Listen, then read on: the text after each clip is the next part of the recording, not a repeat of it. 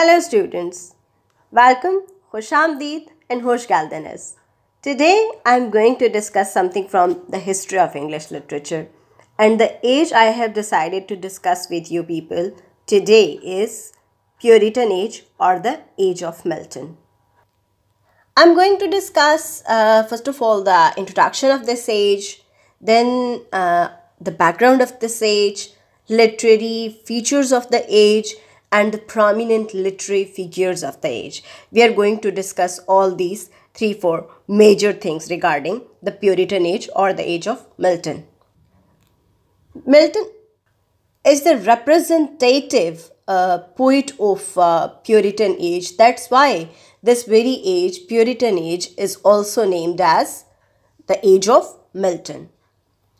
The age, the Puritan age, the time period of Puritan age is that it covers the time period between 1625 to 1675.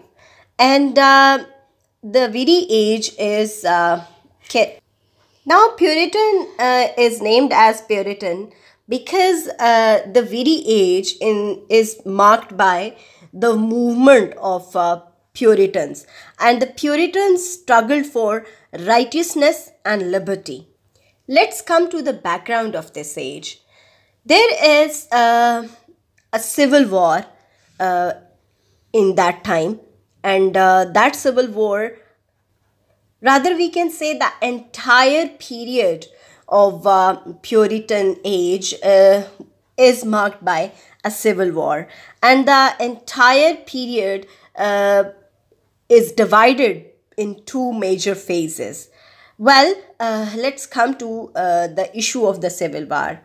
The Civil War, it was started because when King James I, he won the throne with the help of the Parliament, and after winning the throne and after coming into the kingship, he started considering the divine rights instead of the parliamentarian rights. So this was the time period when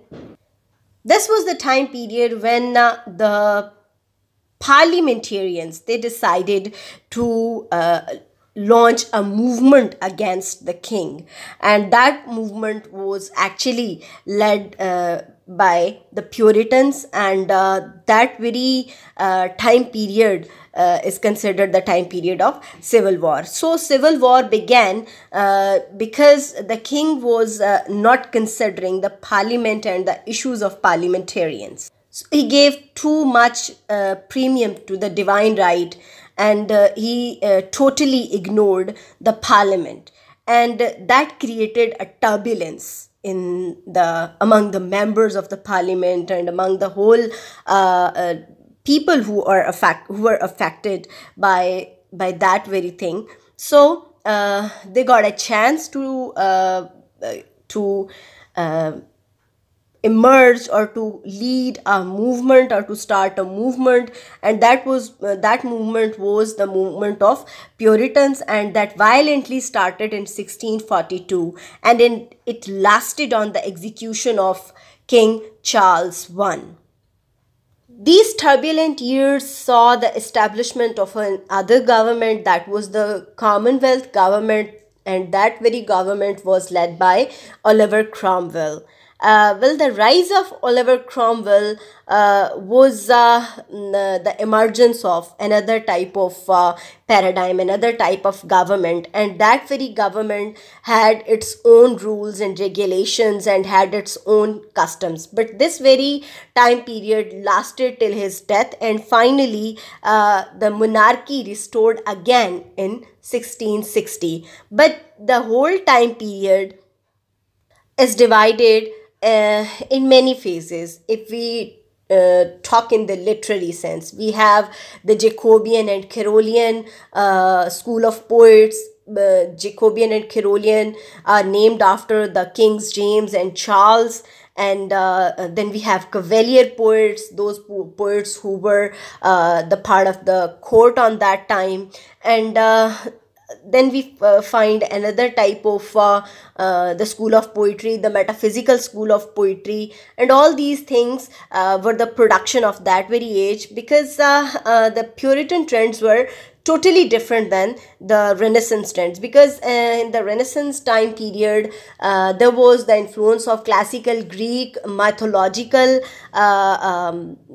domains, and it was the whole load of literature was under the influence of paganism. But when there came the time period of Puritans, they strictly discouraged the Renaissance and Renaissance principles, and the whole Elizabethan lot of literature was discouraged. So because it was considered sensuous by the Puritans, and according to them, that had no moral concern in it. And Puritans and the government of Puritans was solely based on the religious paradigms and morality, because they claimed that only religion can bring survival and can bring justice in the society. So their slogan was liberty, freedom, and the name of religion. But when the Commonwealth government started, it went totally opposite, because they banned all the aesthetic activities, and all the theaters were just overall. The Puritan movement had strong principles, had stern principles of following religious and moral teachings. So in the backdrop of those religious and moral teachings, the so-called religious venture of the Puritan government, they banned all the aesthetic activities. That's why we cannot find any sort of sensuous sort of and emotional sort of poetry on that time. And there is poetry. The period is rich in poetry, because we have metaphysical school of poets, we have John Milton, but their poetry is totally different from the poetry of the earlier period, means the poetry of Renaissance. If we talk about the Puritan movement, or if we can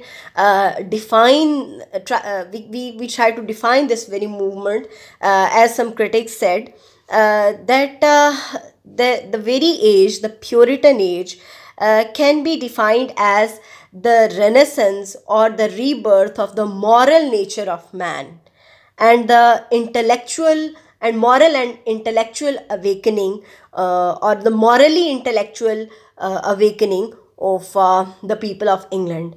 It was said by W.J. Long about the Puritan zest and the Puritan trends. So it was the renaissance of moral and intellectual awakening of Europe in the 15th and 16th centuries. There were two primary objectives of Puritan government.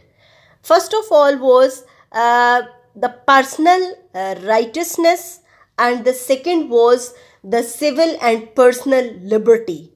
But what was the actual story? That it tells us that everything went opposite on that time, and everything was it was all those principles were so called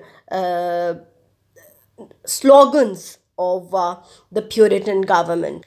Let's come to the literary characteristics of this age, the Puritan age, or the age of Milton.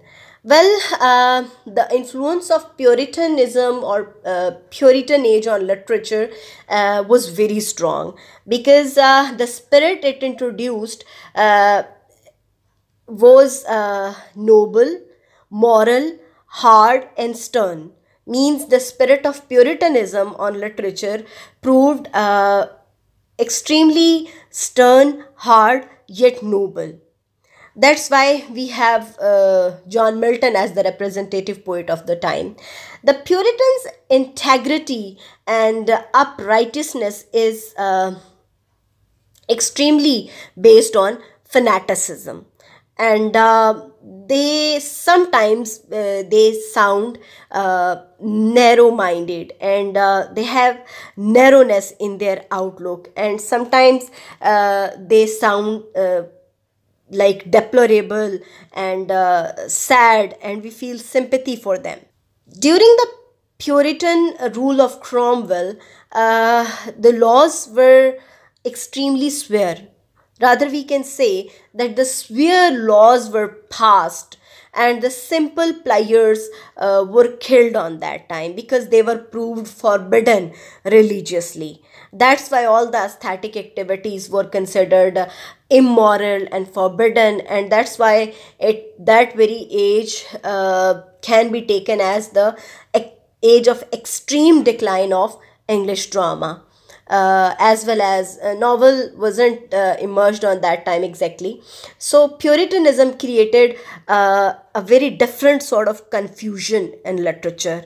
They introduced somberness, pensiveness, and gloom in their poetry. Well, the actual purpose was to twist it and to tilt it towards morality and towards religion. Poetry took new and startling forms, at the hands of John Donne and Harbert and Carew and Crashaw. Then metaphysical school of poetry had a very strong bent on that time, and metaphysical school of poetry, I think we will have a separate session on the metaphysical school of poetry, but I think that it is important to explain or to define the term metaphysical for the students right now. Metaphysical on that time, as the name shows, that metaphysical means it's something that is beyond physical. Why those poets like John Donne and Herbert, they were considered metaphysical? They were considered metaphysical, as Dr. Johnson said, that they use the kind of features in their poetry and devices in their poetry that were not used earlier. And even they tilted the themes of their poetry in a way that were not done in the past. So that's why he had a bit prejudiced approach towards the school of metaphysical or metaphysical school of poetry, because according to him, in the metaphysical poetry, the most heterogeneous ideas are yoked together violently. So but this very thing was quite versatile and was quite new in literature, because it wasn't exercised or it wasn't practiced in the earlier time period.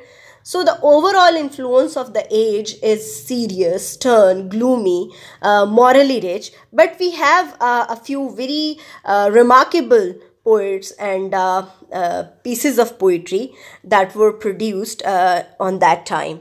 Then we have John Milton, the representative poet of that time. And if we analyze the poetry of John Milton, John Milton was not only the important literary figure of the time, but John Milton was also an activist for the Cromwell government, because he was also the friend of Oliver Cromwell.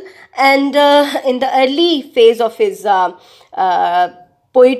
his poetry got some influence from the Renaissance spirit, because Milton himself was a scholar of classical knowledge and classical philosophy. So his early phase poetries like El Allegro and Il Penseroso, they represent some sort of mood swings, the gloomy mood and the happy mood. These poems are based on moods, but these are the poems from the very initial phase of John Milton's poetry.